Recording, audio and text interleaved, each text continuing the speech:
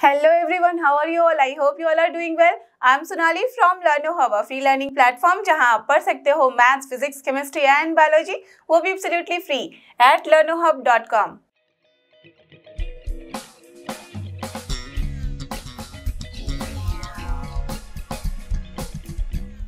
तो चलो एवरीवन, हो जाओ तैयार। आज हम करेंगे NCERT solution of grade 12 chapter 10 जो कि अपना वेक्टर अलजेब्रा, और इसके अंदर करने जा रहे हैं एक्सरसाइज 10.1 के सारे question, that is question number 1 to 5 as well as exercise 10.2 के क्वेश्चन 1 to 6। इसके पहले के सारे exercises we have done the last video, so please refer to those and I am sure कि अब तक तो आपने इसका वन शॉट वीडियो देख लिया होगा। अगर नहीं देखा है then you can go and watch that, उससे आपके सारे कॉन्सेप्ट अच्छे से क्लियर हो जाएंगे। और फिर मेरे साथ आप get ready with your pen and paper so that we all can solve together.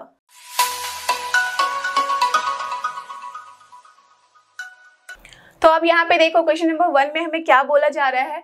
Represent graphically a displacement of 40 kilometre, जैसे हियर डिस्प्लेसमेंट की बात करी है, ठीक है, of 40 kilometre 30 degree east of north. और टेल मी कि अगर मैं डिस्टेंस की बात करूं और डिस्प्लेसमेंट की तो क्या डिफरेंस है।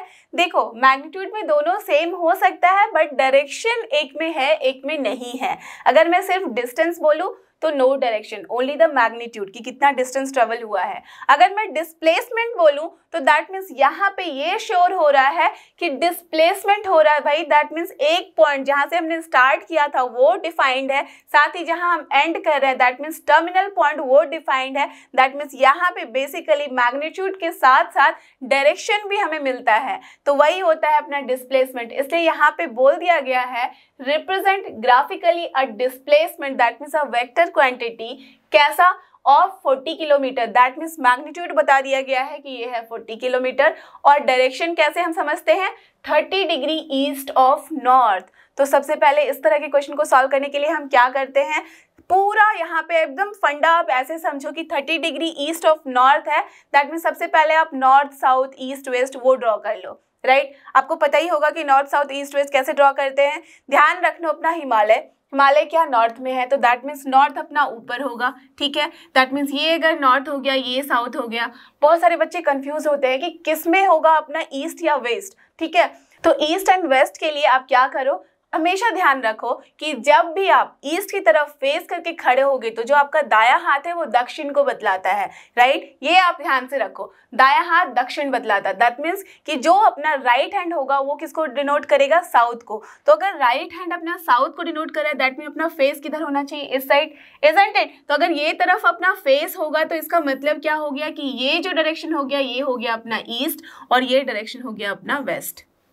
Are you getting this, right. That means ये है अपना north, east, south and west, correct, understood, समझ रहे हो आप बात। ओके तो चलो ये कॉन्सेप्ट अगर आपका क्लियर है तो फिर आपको ऐसे प्रॉब्लम्स को सॉल्व करने में कोई परेशानी नहीं होने वाली है। अब क्या बोला जा रहा है, 40 किलोमीटर, तो ठीक है। दैट मीन्स हम यहाँ ऐसे समझ लेते हैं कि ये है अपना ओरिजिन। तो 40 किलोमीटर कहाँ चलना है, मैग्नीट्यूड हमें पता है कि अपना जो डिस्प्लेसमेंट है उसका मैग्नीट्यूड 40 किलोमीटर है। दैट मीन्स यहाँ से जो हम ट्रैवल करेंगे वो 40 किलोमीटर ट्रैवल करेंगे। अब किस डायरेक्शन में ट्रैवल करना है ये देखो, 30 डिग्री ईस्ट ऑफ नॉर्थ। तो ईस्ट कहाँ है, इधर, ऑफ किसका, नॉर्थ। दैट मीन्स नॉर्थ से ईस्ट की तरफ हमें चलना है 30 डिग्री पे।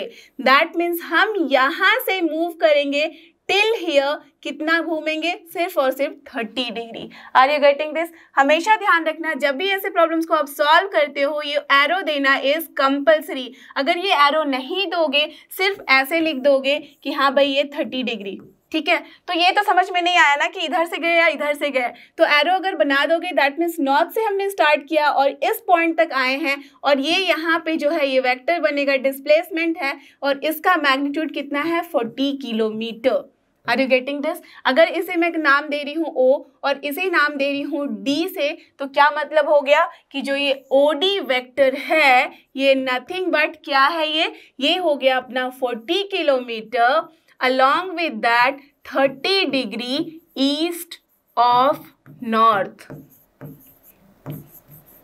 दैट मीन्स अगर मैं इस ओडी के सिर्फ मैग्नीट्यूड की बात करूं तो वो हो गया है 40 किलोमीटर, और अगर मैं इसके डायरेक्शन की बात करूं तो वो है अपना 30 degree east of north.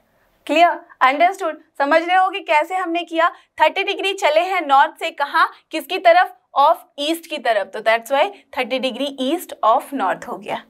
Clear, understood. तो इसी तरह की प्रॉब्लम को सॉल्व करने में कुछ नहीं, बस देखना होता है कि ये है क्या, बोला गया है वेक्टर ड्रॉ करने, दैट मीन्स हमारे पास मैग्नीट्यूड के साथ साथ डायरेक्शन भी होना कंपलसरी है। दैट्स ऑल, इसमें और कुछ नहीं था। अब देखते हैं नेक्स्ट क्वेश्चन, जो कि क्वेश्चन नंबर 2, और ये रहा अपना क्वेश्चन नंबर 2। लेट्स सी इसमें हमें क्या करना है। यहाँ पे हमें क्लासिफाई करना है the following measures as scalars and vectors. बहुत ही सिंपल क्वेश्चन है, राइट। ये तो एकदम बचपन में ही सॉल्व कर लिया था ऐसे प्रॉब्लम्स को। क्या करना है, देखना है, आपको समझना है कि वो है क्या, स्केलर है या वेक्टर है, करेक्ट। तो यहाँ देखो, सबसे पहले क्वेश्चन में क्या है, 10 kg। kg सिर्फ बोला गया है, क्या मतलब हुआ, परफेक्ट मास हुआ ये। अगर आप वेट बोलोगे तो ये गलत हो जाएगा, वेट एंड मास में कुछ डिफरेंस होता है, इजंट इट। वेट के बारे में जब हम बात करते हैं तो वो होता है अपना वेक्टर, राइट, ओके। बट जब हम बात करते हैं सिर्फ मास की, तो मास क्या हो जाता है अपना स्केलर। तो हम क्या लिख सकते हैं, पहले वाले का आंसर ये है अपना मास, और मास जो होता है वो होता है स्केलर, ठीक है, ओके, डन। अब दूसरे में क्या है, 2 मीटर्स नॉर्थ वेस्ट। क्या बोला गया है, 2 मीटर, दैट मीन्स हमारे पास मैग्नीट्यूड में है 2 मीटर्स, साथ ही साथ नॉर्थ वेस्ट है, इसका मतलब करेक्ट डायरेक्शन भी बताया गया है। तो हम क्या बोलेंगे, ये क्या हो गया अपना करेक्ट। जब हम डिस्टेंस की बात कर रहे हैं but along with the direction बोला गया है, तो डिस्प्लेसमेंट, और डिस्प्लेसमेंट क्या होता है, वेक्टर क्वांटिटी। तो हम क्या लिखेंगे इसके लिए, ये है अपना डिस्प्लेसमेंट, और ये है क्या, वेक्टर क्वांटिटी, ठीक है, डन।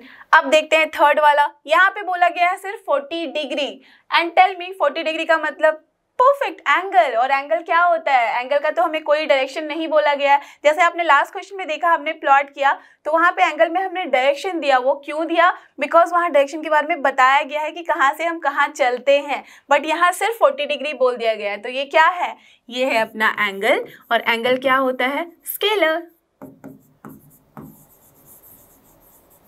डन। अब देखते हैं उसके बाद वाले में, यहाँ क्या है 40 वॉट। 40 वॉट, वॉट का मतलब, वॉट किसका यूनिट होता है, करेक्ट, पावर का, और पावर तो आप सबको पता ही है, correct. This is nothing but only scalar, ये अपना वेक्टर नहीं होता है। तो पावर में क्योंकि कोई डायरेक्शन नहीं है ना, तो that's why this is not vector but scalar.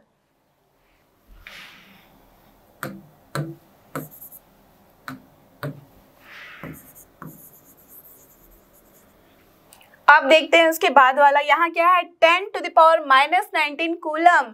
Now tell me, कैसे ऐसे क्वेश्चन को समझोगे, देखो उसके यूनिट पे ध्यान दो और फिर बताओ किसका यूनिट होता है कूलम, करेक्ट, चार्ज का। तो चार्ज क्या है, yes it is scalar, because इसमें कोई डायरेक्शन नहीं होता है। चार्ज तो क्या है, स्केलर क्वांटिटी है बस। तो हम क्या लिखेंगे, this is the unit of charge, and charge is, you all know, is scalar, ठीक है, डन। अब देखते हैं लास्ट वाला, यहाँ पे क्या बोला गया है 20 मीटर पर सेकेंड स्क्वायर। मीटर पर second square, that means yes distance by हमने टाइम स्क्वायर किया है। डिस्टेंस बाय टाइम क्या होता है, स्पीड होता है, एंड स्पीड अपॉन टाइम हम क्या बोलते हैं, yes it is acceleration. That means basically अगर आप ध्यान दो तो एक्सेलरेशन में हम क्या बोलते हैं, जब भी मीटर पर सेकेंड स्क्वायर लिखते हैं तो ये होता है वेलोसिटी पर टाइम। दैट मीन्स वेलोसिटी भी अपना क्या है, वेक्टर क्वांटिटी, एंड एक्सेलरेशन भी है वेक्टर क्वांटिटी। तो हम क्या लिख सकते हैं, this is nothing but the acceleration and this is nothing but vector quantity. Clear, understood. तो बस जब भी आपके पास कोई एक्सप्रेशन हो, बस यहाँ पे यूनिट पे ध्यान दो, समझ जाओ कि यूनिट है किसका। जैसे ही आपको यूनिट के बारे में पता चला, फिर तो आप समझ ही सकते हो कि इसका मतलब क्या हुआ, वो वेक्टर होगा या फिर स्केलर होगा, करेक्ट। तो अब देखते हैं नेक्स्ट क्वेश्चन, जो कि क्वेश्चन नंबर 3, और ये रहा अपना क्वेश्चन नंबर 3। लेट्स सी इसमें हमें क्या करना है। यहाँ पे भी we have to classify the following as scalar and vector quantities. That means जो भी गिवन है अपने पास, उसके बारे में बताना है कि वो स्केलर है या फिर वेक्टर है। स्केलर का मतलब सिर्फ और सिर्फ मैग्नीट्यूड, वेक्टर का मतलब magnitude along with the direction, right. ये कॉन्सेप्ट क्लियर है तो फिर आप सब कुछ आराम से बता सकते हो। टेल मी, पहला क्या है, टाइम पीरियड। टाइम पीरियड का मतलब क्या हुआ, सिर्फ और सिर्फ हम किसके बारे में बात कर रहे हैं, करेक्ट, क्वांटिटी के बारे में। टाइम पीरियड दैट मीन्स ये टाइम पीरियड है, तो भाई यहाँ तो डायरेक्शन नहीं पता है ना, तो बस हमें यहाँ पे क्वांटिटी का मेजर पता है, तो हम क्या बोलेंगे, this is a scalar quantity, ठीक है, ओके। नाउ सेकेंड वन क्या है यहाँ पे, डिस्टेंस। टेल मी, डिस्टेंस का मतलब बस कितना डिस्टेंस ट्रेवल हुआ है उसके बारे में पता है हमें, किस डायरेक्शन में ये नहीं बताया गया है। अगर डिस्प्लेसमेंट होता तो फिर ये क्या हो जाता, वेक्टर, बट ऐसे क्या है, ये सिर्फ और सिर्फ स्केलर क्वांटिटी। तो हम क्या लिख देंगे, distance is nothing but scalar. ये सब I think you all know right, ये हमने पहले ही कर लिया है, ये सब फिजिक्स में आप ऑलरेडी जानते हो। तो फिर भी देखो, फोर्स क्या है, correct, you all know, mass into acceleration. Acceleration क्या होता है, nothing but vector quantity of course. Force क्या है, किसी डायरेक्शन में हम लगाते हैं। दैट मीन्स अगर ऐसे भी सोचो, बिना फॉर्मूले के भी सोचो, तो फोर्स का मतलब किसी डायरेक्शन में लगता है, ऐसे नहीं कि फोर्स मतलब कुछ भी लग गया, कहीं भी लग गया। लगाना है दैट मीन्स कौन से डायरेक्शन में आप लगा रहे हो उस पर डिपेंड करता है, isn't it? दैट मीन्स अगर ये पेन ही है तो मैं इस तरफ से लगा रही हूँ या इस तरफ से, that means direction is more important here. तो हम क्या बोलते हैं, along with the magnitude direction भी है, तो ये क्या हो गया अपना स्केलर क्वांटिटी, नहीं होके वेक्टर क्वांटिटी। डन, तो फोर्स समझ में आ गया। अब देखते हैं next, velocity. Tell me, correct, velocity का मतलब ही हो गया कि हम कौन से डिस्टेंस ट्रेवल कर रहे हैं पर टाइम, दैट मीन्स किस डायरेक्शन में, डिस्प्लेसमेंट अपॉन टाइम होता है, तो ये क्या हो गया, correct, this is also vector. तो हम क्या बोलेंगे, वेलोसिटी भी जो है वो है अपना vector quantity. Okay, now the last one is what, it is work done. Now tell me, work done का मतलब क्या है, करेक्ट, ये होता है force into displacement, that means dot product हम लेते हैं, और यहाँ पे उन दोनों का डॉट प्रोडक्ट, जब वे दो वेक्टर्स होते हैं और दोनों का डॉट प्रोडक्ट लिया जाता है तो वो क्या मिलता है हमें, स्केलर क्वांटिटी। और ऐसे भी आपको पता है कि वर्क डन में यहाँ पे क्या है कि कोई यहाँ पे डायरेक्शन के बारे में हम नहीं बात करते, वर्क डन होता है, that means we are just getting the quantity, तो ये क्या हो गया अपना स्केलर क्वांटिटी। सो इसके साथ ही ये क्वेश्चन होता है अपना कंप्लीट। समझ रहे हो आप कि कैसे हम नोटिस करते हैं कि कहाँ पे अपना डिस्टेंस के साथ, दैट मीन्स जब भी अपने पास क्वांटिटी के साथ, दैट मीन्स यहाँ पे मैग्नीट्यूड के साथ डायरेक्शन है तो वो हो जाएगा वेक्टर, जब सिर्फ और सिर्फ मैग्नीट्यूड है तो वो हो जाएगा अपना स्केलर। Clear, understood. तो चलो अब देखते हैं क्वेश्चन नंबर 4, और ये रहा अपना क्वेश्चन नंबर 4। देखते हैं इसमें हमें क्या करना है। In the given figure which is a square, identify the following vectors। Okay, ये देखो, पहले पिक्चर देख लो आप अच्छे से। यहाँ पे ये दिख रहा है कि स्क्वायर के फॉर्म में है, बट यहाँ पे हर जगह हमें डायरेक्शन दिख रहा है, isn't it? और हर डायरेक्शन को हमने नाम भी दे दिया है A, B, C, D vector से, करेक्ट। Okay, done. अब हमें करना क्या है, आइडेंटिफाई करना है कौन कौन से वेक्टर्स को। तो अभी अभी आपने देखा था, मैंने अभी बताया था फर्स्ट आपके क्वेश्चन में ही कि है क्या, कोनिशियल वेक्टर के बारे में जब हम बात करते हैं तो उसका क्या मतलब है, जब इक्वल वेक्टर के बारे में बात करते हैं तो उसका क्या मतलब है, और साथ ही जब कोलिनियर बट नॉट इक्वल है तो उसका मतलब भी आप समझ रहे हो, करेक्ट। तो सबसे पहले देखो, को इनिशियल, नाम से समझ रहे हो, perfect, that means initial point जो है वो एक है। तो टेल मी कि इन सब में कौन से ऐसे वेक्टर्स हैं जिसका इनिशियल पॉइंट सेम है। एज यू कैन सी कि ए वेक्टर जो है उसका इनिशियल पॉइंट क्या है, ये है, ठीक है। बी का यहाँ से स्टार्ट हो रहा है, that means of course A and B तो को इनिशियल नहीं है, फाइन। अब देखो सी वेक्टर यहाँ से स्टार्ट हो रहा है, दैट मीन्स ये भी जो है ए एंड सी भी अपना कोई इनिशियल वेक्टर नहीं है, ना ही बी एंड सी है, राइट, ये समझ गए। अब देखो डी वेक्टर की जब बात कर रहे हैं तो डी वेक्टर भी यहीं से स्टार्ट हो रहा है और यहाँ पे एंड हो रहा है, दैट मीन्स ये जो पॉइंट है, initial point is common for A and D vector. तो क्या मतलब हो गया कि ए एंड डी वेक्टर जो है वो है यहाँ पे को इनिशियल वेक्टर्स। Clear, understood. तो हम क्या लिखेंगे इसका आंसर, को इनिशियल वेक्टर्स कौन कौन से हो गए, vector A and vector D R the को इनिशियल वेक्टर्स।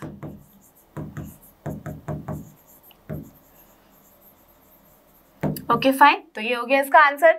अब देखते हैं दूसरा, इक्वल। तो इक्वल वेक्टर कौन से हैं, एज क्या बोला गया है इस फिगर में, ये जो है वो है एक square.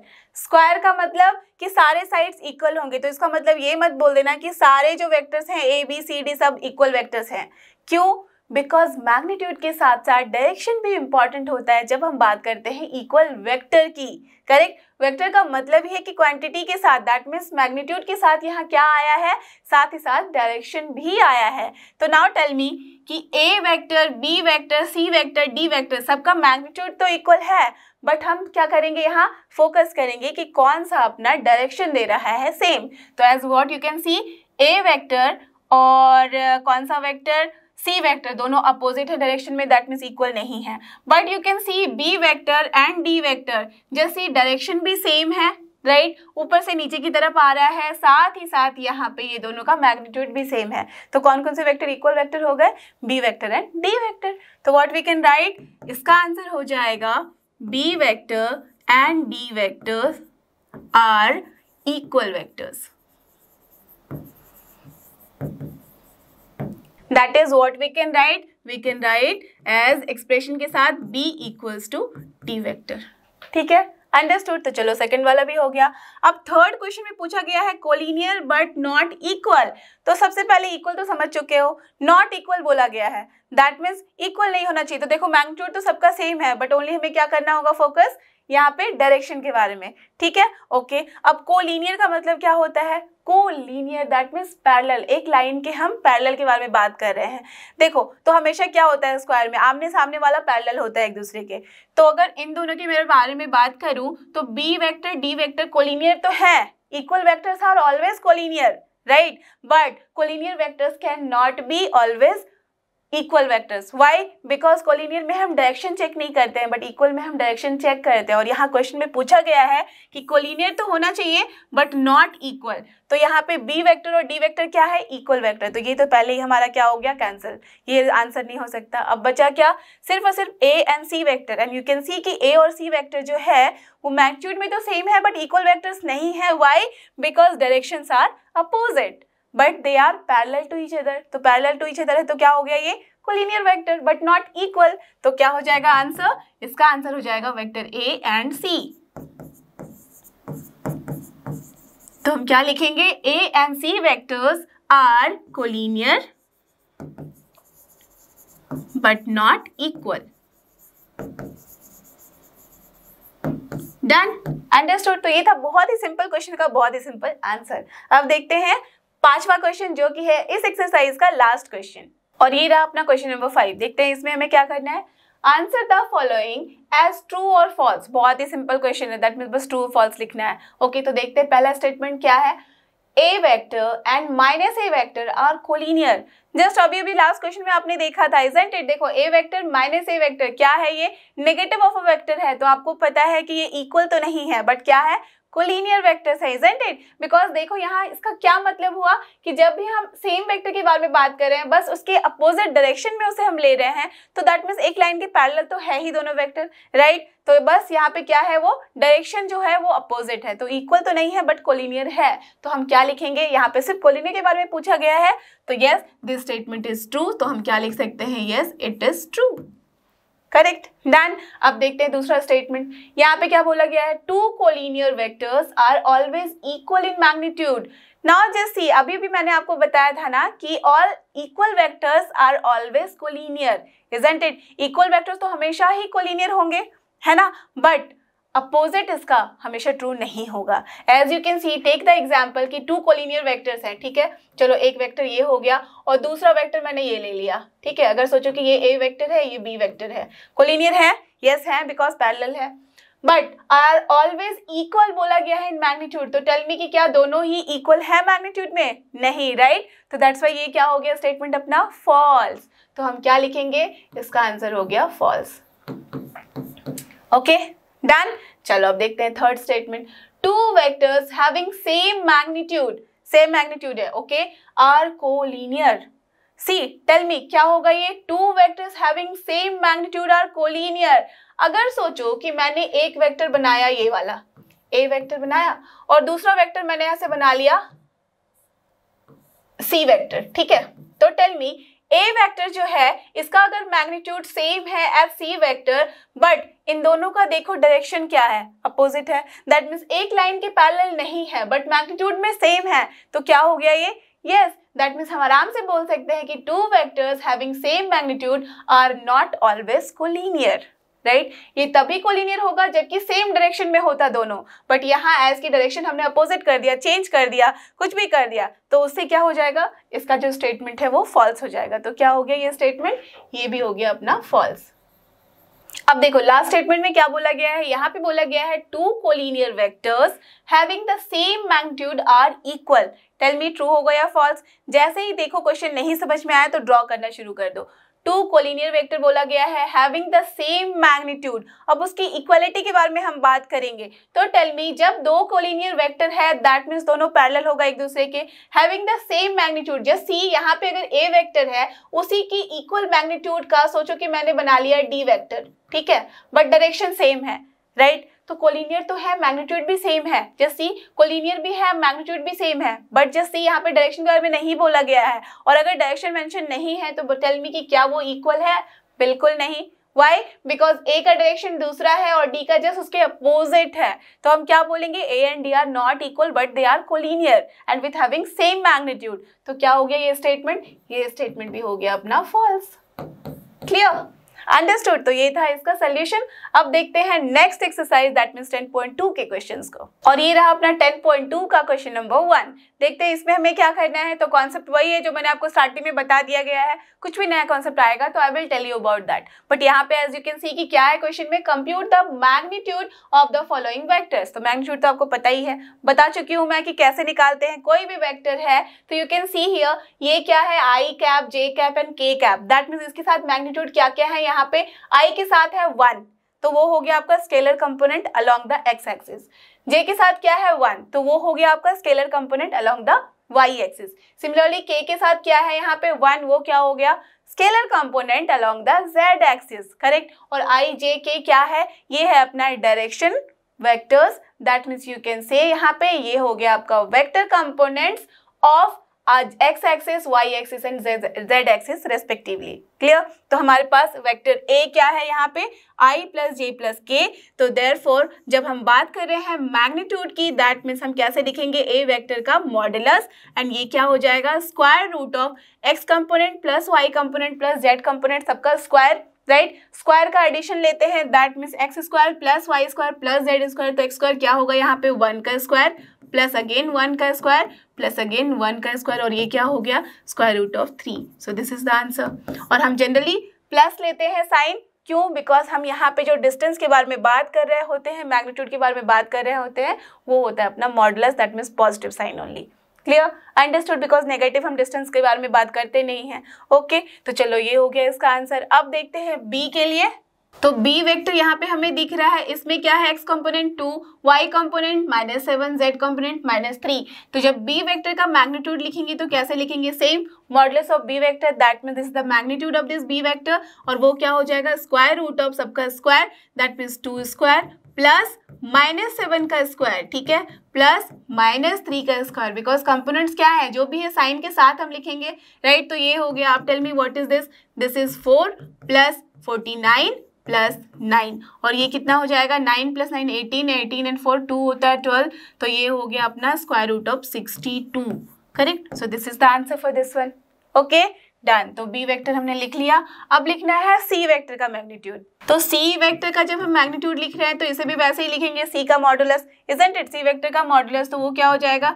Square root of X component का स्क्वायर, दैट इज 1/√3 का स्क्वायर, प्लस ये भी है अपना 1/√3 तो इसका स्क्वायर, प्लस ये भी है अपना 1/√3 तो इसका भी स्क्वायर, करेक्ट। और ये टोटल क्या हो गया? ये हो गया अपना 1/3 plus 1/3 plus 1/3, that means this is 3/3। तो क्या हो गया? वो 1। तो स्क्वायर रूट ऑफ 1 कितना होता है? Nothing but 1। So this is the answer. Clear? Understood? था बहुत ही इजी, इजंट इट? तो देखते हैं अब नेक्स्ट क्वेश्चन जो कि क्वेश्चन नंबर 2। और ये रहा अपना नेक्स्ट क्वेश्चन जो कि क्वेश्चन नंबर 2। लेट्स सी इसमें हमें क्या करना है? Write two different vectors having same magnitude. ध्यान से देखो क्या बोला गया है, दो डिफरेंट वेक्टर लिखना है हमें जिसका मैग्नीट्यूड सेम हो। तो टेल मी, क्या ऐसा कोई वेक्टर्स लिख सकते हो? बिल्कुल, इजंट इट? कैसे? थिंक कि हमें मैग्नीट्यूड तो सेम होना चाहिए, बट यहाँ पे हम डिफरेंट वेक्टर्स लिखने वाले हैं, दैट मीन्स उसका डायरेक्शन तो अपोजिट हो सकता है, इजंट इट? दैट मीन्स अगर सोचो कि एक वेक्टर मैंने ऐसा ले लिया, ठीक है, ये वेक्टर ए है, अब सेम मैग्नीट्यूड का मैं एक और वेक्टर ले रही हूँ जिसका सोचो कि डायरेक्शन ये हो गया, तो नाउ जस्ट सी मैग्नीट्यूड सेम है बट डायरेक्शन क्या है? Opposite, that means different. Okay, इसी तरह से मैंने ये ले लिया वेक्टर सी, तो यहाँ पे भी देखो मैग्नीट्यूड सेम है but direction you can see कि अपोजिट है। सिमिलरली मैं ऐसा भी एक वेक्टर ले सकती हूँ जिसका कि है मैग्नीट्यूड सेम और बस डायरेक्शन डिफरेंट। तो कैन यू इमेजिन कि कैसे वेक्टर्स हम बना सकते हैं? ऐसे इनफाइनाइट नंबर ऑफ वेक्टर्स हम लिख सकते हैं जिसका मैग्नीट्यूड तो सेम है बट वो डिफरेंट है, राइट? तो हम क्या लिख सकते हैं इसका answer? There are infinite numbers of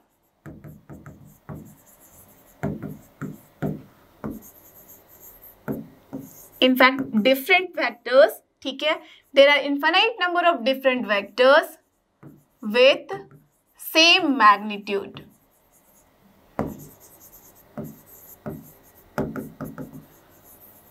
Clear? Understood? Why? जैसे पिक्चर भी दिखा के आप बता सकते हो, बट इसका आंसर यही है कि ऐसा कोई डिफिनेट दो ही वेक्टर्स नहीं है जिसका कि मैग्नीट्यूड सेम है, बट यहाँ पे हम इनफाइनाइट नंबर ऑफ ऐसे पेयर्स बना सकते हैं जो क्या है, मैग्नीट्यूड सेम है बट डिफरेंट वेक्टर्स है। क्लियर?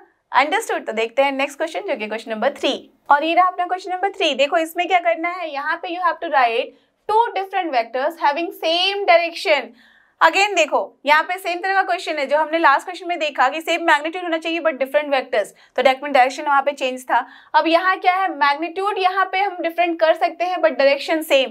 तो टेल मी कि अगर मैं कोई भी आपको दो ऐसे एग्जाम्पल पूछूं तो आप क्या बता नहीं सकते? बिल्कुल बता सकते हो, राइट? और आपकी क्लास में आई एम श्योर कि जिस भी बच्चे से पूछूंगी सबका आंसर डिफरेंट ही होगा। मे बी कि ऐसा हो जाए कोइंसिडेंटली कि एक ही आंसर दे दिया दो बच्चों ने, बट सबके दिमाग में डिफरेंट ही आइडियाज आने वाले हैं, isn't it? तो इसका मतलब क्या हुआ कि अगर सिंपल तरीके से मैं एक्स एक्स, ये अगर मेरा वाई एक्सिस है, ये है अपना जेड एक्सिस और ये है एक्स एक्सिस, ठीक है? तो अगर कोई भी एक वेक्टर है, लेट अस अज्यूम कि इसी डायरेक्शन में मैंने एक वेक्टर के बारे में बात की है, ठीक है?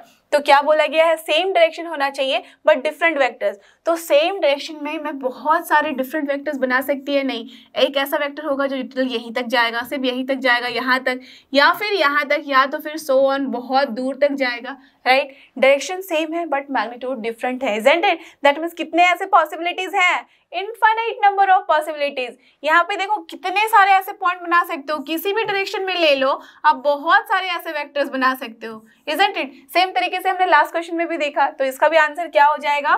There are infinite numbers of vectors with same infinite numbers of different vectors, you can write different vectors with same magnitude, correct? ऐसे भी देखो, अगर आप सिंपल इसका एकदम लॉजिक समझना चाहते हो तो ये तो समझ ही गए पिक्चर से। देखो किसी भी हम डायरेक्शन में अगर कोई वेक्टर ए है, ठीक है, तो उस वेक्टर का यूनिट वेक्टर क्या होता है? यू ऑल नो कि यूनिट वेक्टर हो जाता है ए कैप, और ये क्या होता है? Vector A upon the magnitude of that vector, right? तो अगर मैं कोई वेक्टर दूसरा वेक्टर लिखना चाहूँ तो b1 को मैं लिख सकती हूँ ऐसे कि ये हो गया अपना m into A cap, right? तो इसका मतलब क्या हो गया कि ये एक वेक्टर है along the vector a but magnitude is here m। ना मैं चाहूँ तो b2 भी तो लिख सकती हूँ जहाँ पे n ले लिया और वेक्टर a का ही कैप ले लिया, राइट? सिमिलरली मैं ऐसे इनफाइनाइट नंबर ऑफ वेक्टर्स लिख सकती हूँ जिसका मैग्नीट्यूड चेंज करती जाऊंगी बट डायरेक्शन सेम रहेगा। Are you getting this? So that's why there are infinite numbers of vectors of this condition. Clear?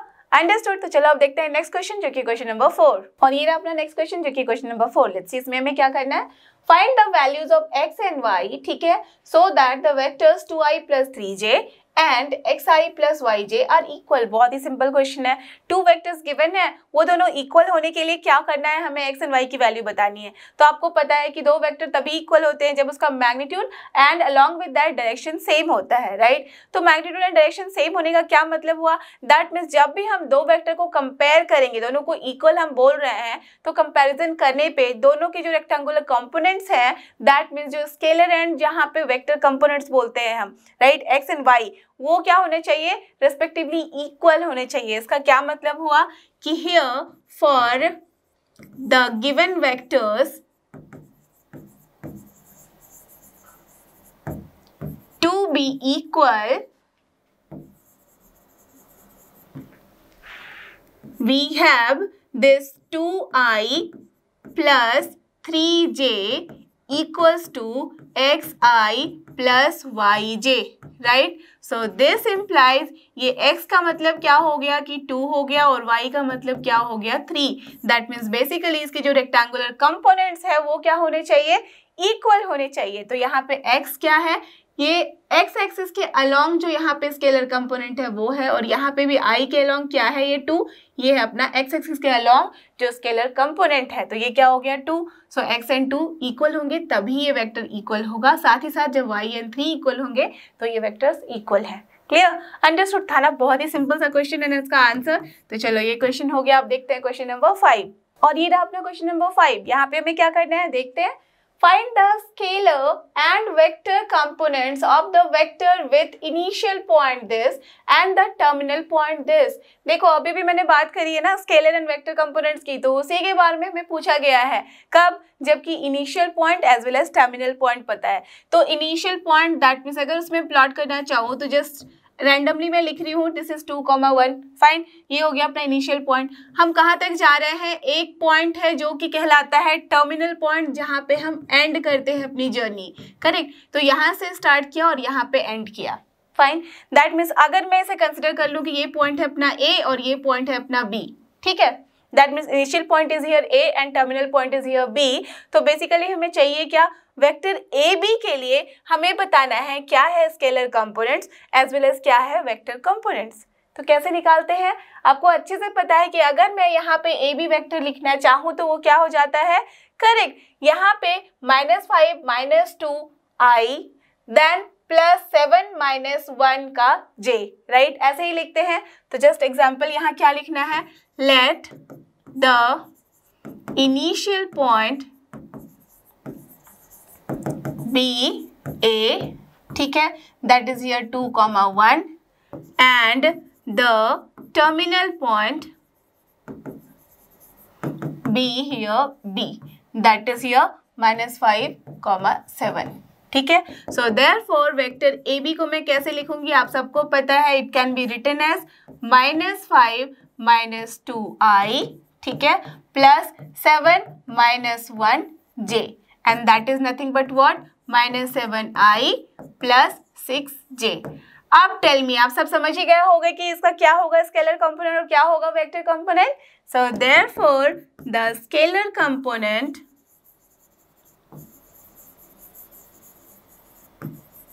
Of A B vector are क्या हो जाएगा ये, tell me. Scalar component that means जो भी अपने direction के साथ यहाँ मैग्नीट्यूड होता है, दैट मीन्स आई के साथ क्या है -7, तो ये हो गया -7, कॉमा दूसरा क्या है 6, तो that means -7 and 6 are the answer as scalar components.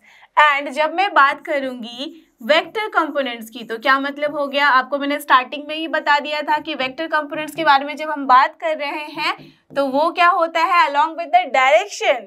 तो यहाँ पे कितने डायरेक्शन है, एक्स एंड वाई के बारे में सिर्फ हम बात कर रहे हैं, 2D के बारे में, तो क्या हो जाएगा -7i, तो -7i कॉमा ये क्या है 6j, तो ये हो गया अपना आंसर। दैट्स ऑल, बस यही करना था आपको, स्केलर एंड वेक्टर कंपोनेंट्स के बारे में बात करनी थी। डन। तो देखते हैं लास्ट क्वेश्चन ऑफ आज की वीडियो का, जो कि क्वेश्चन नंबर 6, और ये रहा अपना लास्ट क्वेश्चन जो कि क्वेश्चन नंबर 6। लेट्स सी इसमें हमें क्या करना है, find the sum of the vectors A B and C. बहुत ही सिंपल है, दैट मीन्स 3 वेक्टर है, तीनों का हमें सम निकालना है। तो आपको पता ही होगा कैसे निकालते हैं, नहीं पता है तो कोई बात नहीं है। जब भी हम किसी 3 वेक्टर को, 2 वेक्टर को या कितने भी नंबर ऑफ वेक्टर्स को ऐड कर रहे हैं तो यहाँ बस ये ध्यान रखना होता है, समटाइम्स ऐसा होगा जैसे कि यहाँ गिवन है i - 2j + k, ठीक है, b में गिवन है -2i + 4j + 5k। ऐसा हो सकता है कि b में -2i पहले ना दे के पहले 5k दे दिया गया है, तो वहां ये मत करना कि बस सबके रेस्पेक्टिव टर्म्स को आपने ऐड कर दिया।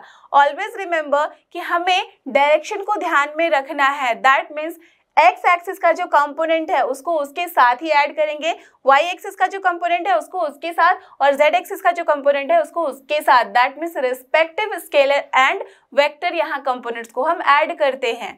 Are you getting this? That means ये ध्यान रखना होगा कि आई के यहाँ कोफिशिएंट्स क्या क्या है उन सबको साथ में ऐड करना है, जे का कोफिशिएंट क्या क्या है उन सबको साथ में ऐड करेंगे, एंड अलॉन्ग विद दैट के का कोफिशिएंट क्या है उन सबको साथ में ऐड करना है। दैट्स ऑल, उसके बाद कुछ नहीं करना, राइट। तो यहाँ पे क्या हो जाएगा, here vector A plus vector B plus vector C will be equal to, tell me क्या हो जाएगा, ये सारे वेक्टर्स एज इट इज लिख दो एडिशन के फॉर्म में, ठीक है। तो दैट मीन्स मैं यहाँ से डायरेक्टली लिख रही हूँ अब, तो आई का कंपोनेंट क्या है यहाँ 1, यहाँ पे बी का कंपोनेंट यहाँ पे आई में क्या है -2, ठीक है। एंड देन यहाँ सी में आई का कंपोनेंट क्या है 1।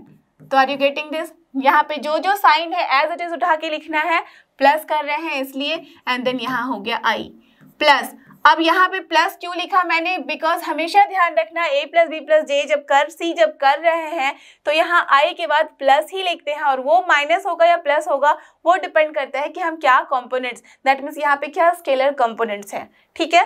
तो यहाँ पे क्या हो गया, जे का कोफिशिएंट क्या है -2, ठीक है। यहाँ जे का कोफिशिएंट क्या है 4, दैट इज +4, एंड यहाँ जे का कंपोनेंट -6, क्लियर। एंड ये हो गया अपना जे, डन। प्लस अब k का कंपोनेंट्स देखते हैं, k का कंपोनेंट यहाँ पे क्या है 1, ओके फाइन। देन प्लस ये क्या हो गया 5, ओके डन। देन यहाँ पे क्या है -7, ओके डन। बस अब इसको सॉल्व कर लो, तो ये क्या हो गया 1 + 1 -2 कैंसर, दैट मीन्स आई का कोई भी कंपोनेंट नहीं है, 0 आई हो गया, दैट मीन्स आई की डायरेक्शन में हम 0 क्वांटिटी ट्रेवल कर रहे हैं, मैग्नीट्यूड 0 है, दैट मीन्स हम आई को नहीं लिखेंगे, क्या करेंगे, ये हो गया 0 तो इसको अवॉइड कर दिया। अब ये क्या बचा 6 2 8 -4 हो रहा है तो -4j, देन यहाँ पे 5 + 1 6 होता है -7 minus, that means -k। So this is the final answer, that means अपना a + b + c वेक्टर क्या हो गया -4j -k, that's all. So I hope कि आपको ये सारे प्रॉब्लम्स जो कि थे वेक्टर अलजेब्रा की अच्छे से समझ में आए हैं, आप आराम से इन्हें सॉल्व कर सकते हो बिना किसी परेशानी के और बिना किसी हेल्प के। So don't forget, this is लर्नो hub, a free learning platform, free है पर बेस्ट है। थैंक यू और हमारे साथ बने रहो।